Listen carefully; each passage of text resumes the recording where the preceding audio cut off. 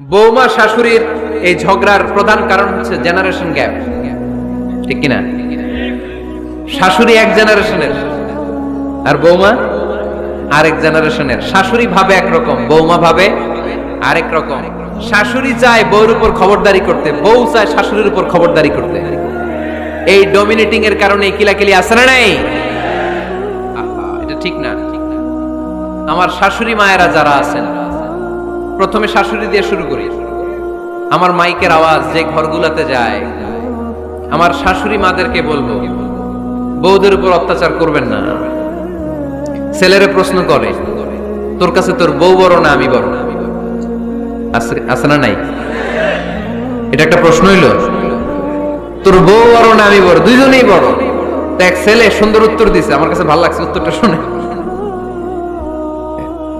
এক মা প্রশ্ন করছে, তোর এতদিন আমি লালন পালন করে বড় করলাম, জীবন যৌবন তোর জন্য শেষ করলাম, আজকে বউ পাইয়া বউ তোর আপন হয়ে গেল? এবার ছেলে উত্তর দিছে, মা, আমার মুখ থেকে মা ডাক শোনার জন্য তুমি কি কষ্টটাই না করছো জীবনে। 10 মাস আমারে পেটে ধারণ করলা, খাইতে পারো নাই, বমি করছো, খালি ওষুধ খাইছো, তোমার পেট কেটে আমারে বের করা হয়েছে, 2 বছর আমারে দুধ খাওয়াইছো, পেশাব পায়খানা পরিষ্কার করে দিয়েছো। বয়স যখন 3-4 তখন তোমার আমি মা ডাকছি, এই মা ডাকটা শোনার জন্য তুমি এত কষ্ট করছো। আর আরেকবারের মাইয়া এই ঘরে আইসে তোমার মা ডাকা শুরু করছে। যেই মেয়েটা তোমারে মা ডাকে সে আমার আপন হবে না কেন মা? ঠিক কিনা? এই মা ডাক শোনার জন্য তুমি এত কষ্ট করলা, আমার লালন পালন করলা, 10 মাস পেটে ধরলা, পেশাব পায়খানা পরিষ্কার করলা, এরপরে মা ডাক শুনতে পারছো। আর আরেকবারের মেয়ে জানা নাই চিনা নাই এসেই তোমার ডাকা শুরু করছে মা। তো যে আমার মারে মা ডাকে তার স্থান তো আমার কলিজায়, ঠিক কিনা? শাশুড়ি আম্মারা যারা আছেন, প্লিজ বৌমাদেরকে কষ্ট দিয়েন না। অনেক শাশুড়ি আছে পান থেকে চুন খসলে রেগে যায়, পদে পদে স্ত্রীর ভুল ধরে, বউয়ের ভুল ধরে, আছে না নাই? এটা করবেন না। সে তো নতুন, আপনার অনেক এক্সপিরিয়েন্স হতে তার সময় লাগবে, তাকে সময় দিন, তাকে ভালোবাসুন, ঠিক কিনা? না বুঝে সামান্যতে বৌমারে বদদোয়া দেয়, এরকম আছে না নাই? কিন্তু বুঝতে চায় না, বৌমারে যদি বদদোয়া দেয় তাহলে তার নিজ ছেলের পরিবারের ক্ষতি, পেটে ধরা যে ছেলে, ছেলের পরিবারের কিন্তু ক্ষতি, তার আপন নাতি নাতনিদেরই ক্ষতি। আওয়াজ করে বলেন ঠিক কিনা? বৌমাকে বদদোয়া দিয়েন না। বৌমাকে নিজের মেয়ের মতো দেখবেন। সমাধান আমি দিচ্ছি, কেমন দেখতে হবে? নিজের মেয়ের মতো। নিজের মেয়ে সকালে ঘুম থেকে ওঠে 11টা, ওইটা সমস্যা নাই। বৌমা কেন উঠলো না, ওইখানেই ঝামেলা, আছে না নাই? মেহেরবানি করে আপনার বৌমাকে আপনার নিজের মেয়ের মতো দেখেন। নিজের মেয়ের যেমনি আদর করেন তাকেও অমনি আদর করেন। আপনার বৌমারে যদি আপনি কষ্ট দেন, মনে রাখবেন আপনার নিজের মেয়েটাও আরেকবারের বউ হয়ে কয়েকদিন পরে যাবে। আপনি যা যা করবেন আপনার মেয়েকেও তারা ওই রকম কষ্ট দিয়ে বাড়িতে ফিরিয়ে দিবে। চিল্লায় বলেন ঠিক কিনা? খবরদার, টিট ফর ট্যাট, ইট্টি মারলে পাটকেলটি খেতে হয়। এজন্য শাশুড়ি আম্মা জানারা যারা আছেন, বৌমার সাথে খারাপ আচরণ করবেন না মেহেরবানি করে। তাকে আপনি কষ্ট দিলে আপনার নিজের মেয়েটাও আরেক বাড়ির বৌমা হবে, সেও ওই বাড়িতে এই কষ্টগুলো ভোগ করবে। এগুলো যখন আপনি শুনবেন তখন আপনার চোখ দিয়ে পানি পড়বে কি পড়বে না? পড়বে। এবার আসেন বৌমার কথা বলি। বৌমা যারা আছেন মেহেরবানি করে, বৌমা যারা আছেন মেহেরবানি করে আপনার শাশুড়ি আম্মাকে নিজের মায়ের জায়গায় রাখবেন। আপনার বাড়ি ছেড়ে নতুন বাড়িতে আসছেন, তো এটাই তো আপনার বাড়ি। আপনার মা রেখে দিয়ে নতুন মা পাইছেন, এটাই তো আপনার মা।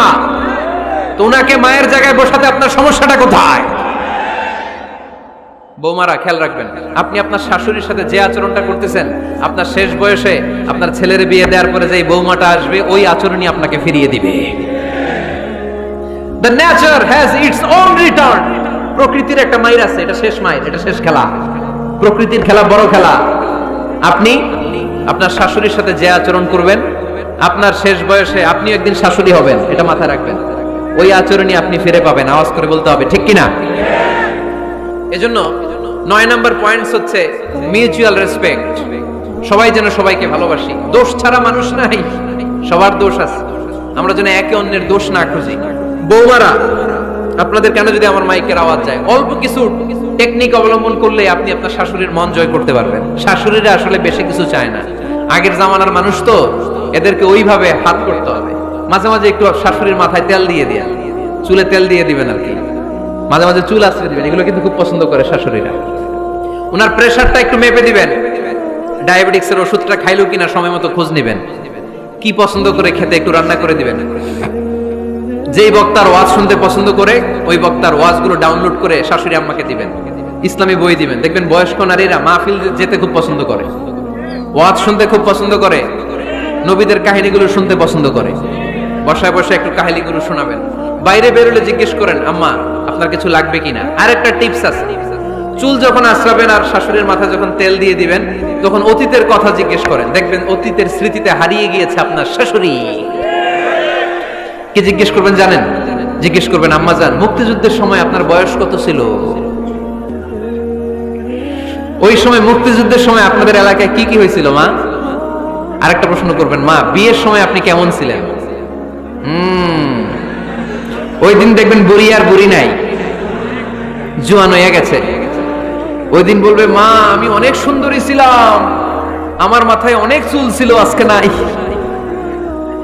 আমগো গ্রামে আমার সাথে সুন্দরী মাইয়া ছিল না। অতীতের স্মৃতিতে, স্মৃতি হাতরাতে হাতরাতে তিনি হারিয়ে যাবেন। জিজ্ঞেস করবেন যে, মা শীতকালে আপনাদের দেশে কি পিঠা বানাতেন আপনি যখন ছোট ছিলেন? আপনার বাপ চাচারা কি করতো? এগুলো জিজ্ঞেস করলে উনি স্মৃতির পাতা হাতরাতে হাতরাতে চোখ দিয়ে দাঁড় দাঁড় করে ওনার পানি ঝরতে শুরু করবে। আপনার জায়গায়, ওনার হৃদয়ের মনি কোঠায় এমন জায়গায় বসবে, আপনার ছাড়া উনি কিছুই বুঝবে না। বৌমারা, এই অল্প কিছু টিপস অবলম্বন করে আপনারা আপনাদের শাশুড়ির মনকে জয় করতে পারেন। শাশুড়ি বৌমার দ্বন্দ্ব আমরা চাই না। আমরা চাই শাশুড়ি বৌমাকে নিজের মেয়ের মতো জানো, আর বৌমা শাশুড়িকে আপন মায়ের মতো ভালোবাসো, ঠিক কিনা? এই মিউচুয়াল রেসপেক্টই পারে শাশুড়ি বৌমার দ্বন্দ্বকে দূর করতে আর ঘরটারে শান্তি টুকরা বানাতে। আওয়াজ করে বলেন ঠিক কিনা? কয়টা গেল? আর আছে কয়টা? দোয়া করবেন একে অপরের জন্য। দোয়া, সাইয়েদনা ইব্রাহিম ফ্যামিলির জন্য দোয়া করতেন, রব্বি জাআলনি মুকিমাস সালাতি ওয়া মিন যুররিয়াতি রব্বানা ওয়া তাকাব্বাল দুআ। ও আল্লাহ, আপনি আমারে নামাজ কায়েমকারী বানান, আমার কলিজার টুকরা সন্তান ইসমাইলকেও নামাজ কায়েমকারী বানান। আমার দোয়াটা আপনার দরবারে আপনি কবুল করে নেন। সুবহানাল্লাহ পড়েন। রব্বানা ইন্নী আসকানতু মিন যুররিয়াতি বিওয়াদিন গায়রি যী যারইন ইনদা বাইতিকাল মুহাররাম। ও আল্লাহ, আমার সন্তান সন্ততি, আমার ফ্যামিলিকে ধুধু মরুপ্রান্তর এই উপত্যকার মধ্যে তোমার কাবা ঘরের সামনে রেখে গেলাম, তাদেরকে তুমি নামাজ কায়েমকারী বানিয়ে দিও। গোটা বিশ্বের সব মানুষের অন্তর আমার ফ্যামিলির দিকে আল্লাহ তুমি ঝুঁকিয়ে দিও। ওয়ারযুকহুম মিনাস সামারাত, ফলমূল দিয়ে আল্লাহ তুমি তাদেরকে রিজিকের ব্যবস্থা করে দিও। তার মানে সব নবীরা তাদের পরিবারের সদস্যদের জন্য দোয়া করতেন কি করতেন না? আবার কোরআন আমাদেরকে শিখালো, রব্বানা হাব লানা মিন আজওয়াজিনা ওয়া মিন যুররিয়াতিনা কুররাতা আ'য়ুন ওয়াজআলনা লিল মুত্তাকিনা ইমামা। ও আল্লাহ, এমন নেককার সন্তান, এমন নেককার স্ত্রী আপনি আমাকে দান করেন যাদের দিকে তাকালে আমার চোখ দুইটা ঠান্ডা হয়ে যায়। চক্ষু শীতলকারী স্ত্রী দেন। বিয়ে যাদের হয় নাই, ইয়াং ছেলেরা এই দোয়াটা করবা। বিয়ের জন্য দোয়ার দরকার আছে না নাই? প্রতিদিন এই দোয়া করবা, আল্লাহ এমন স্ত্রী দেন, এমন জীবন সঙ্গিনী আপনি আমাকে দেন, এমন লাইফ পার্টনার দেন যার দিকে তাকালে আমার চোখ জুড়িয়ে যায়। এমন সন্তান আল্লাহ আপনি আমার ফ্যামিলিতে দেন যাদের দিকে তাকালে আমার চোখ দুইটা ঠান্ডা হয়ে যায়। নেককার সন্তান, নেককার স্ত্রী আল্লাহর কাছে দোয়া করে চেয়ে নিতে হয়। তাহলে ফ্যামিলি মেম্বার একে অপরের জন্য দোয়ার দরকার আছে না নাই? বাবা দোয়া করবে ছেলের জন্য, ছেলে করবে বাবার জন্য, মা দোয়া করবে মেয়ের জন্য, মেয়ে করবে মায়ের জন্য, ভাই করবে বোনের জন্য, বোন করবে ভাইয়ের জন্য। দোয়ার দরকার আছে না নাই? দোয়া করবেন সবাই সবার জন্য। এই যে কোরআনের বঙ্গানুবাদ পাওয়া যায় না এখন, কথা বলেন। স্মার্টফোন আছে কার কার দেখি? হ্যাঁ, কারা কারা স্মার্ট দেখি? হাজার হাজার স্মার্ট, মাশাআল্লাহ। এই স্মার্টফোনের ভেতরে আল কোরআন নামে বাংলায় কোরআনের একটা অ্যাপস পাওয়া যায়। কথা বলেন, পাওয়া যায় কি যায় না? আজকে থেকে এই অ্যাপসটা ডাউনলোড করে প্রতিদিন এক আয়াত, দুই আয়াত, তিন আয়াত করে পড়া শুরু করে দেন। বাঁচতে হলে পড়তে হবে, বাঁচতে হলে জানতে হবে, ঠিক কিনা? এই স্লোগান আমাদেরকে শিখায়। এই স্লোগান তো আল্লাহ, এই স্লোগান দিয়েই তো আল্লাহ কোরআন শুরু করছে। ইকরা বিসমি রাব্বিকাল্লাযী খালাক। বাঁচতে হলে জানতে হবে, বাঁচতে হলে পড়তে হবে, পড়ার কোনো বিকল্প নাই। আওয়াজ করে বলেন ঠিক কিনা? সুজনগরের ভাইয়েরা, মোবাইলের অ্যাপসের ভিতরে আমরা কোরআন রাখতে রাজি আছি তো সবাই? হাদিসের অ্যাপস ডাউনলোড করতে রাজি আছি তো? বাস রাজি আছি, ডাউনলোড করে রাইখা দেব, আর কেউ পড়বো না নাকি? হ্যাঁ, প্রতিদিন একটা আয়াত হলেও যেন আমরা পড়ি। আল্লাহ যা বলা দরকার সব বলে দিয়ে গেছে, নতুন করে আর কিছু বলবে না। আমরা যেন পড়াশোনা করি, আমরা যেন একটা পাঠাগার বানাই। আবারও কখনো আসার সুযোগ হলে আমি জিজ্ঞেস করবো, যদি আমার মনে থাকে যে আপনাদের পাঠাগার আছে কার কার ঘরে, সেদিন সবার হাত তুলতে হবে। এমনি পারা যাবে তো? আল্লাহ তুমি তৌফিক দাও।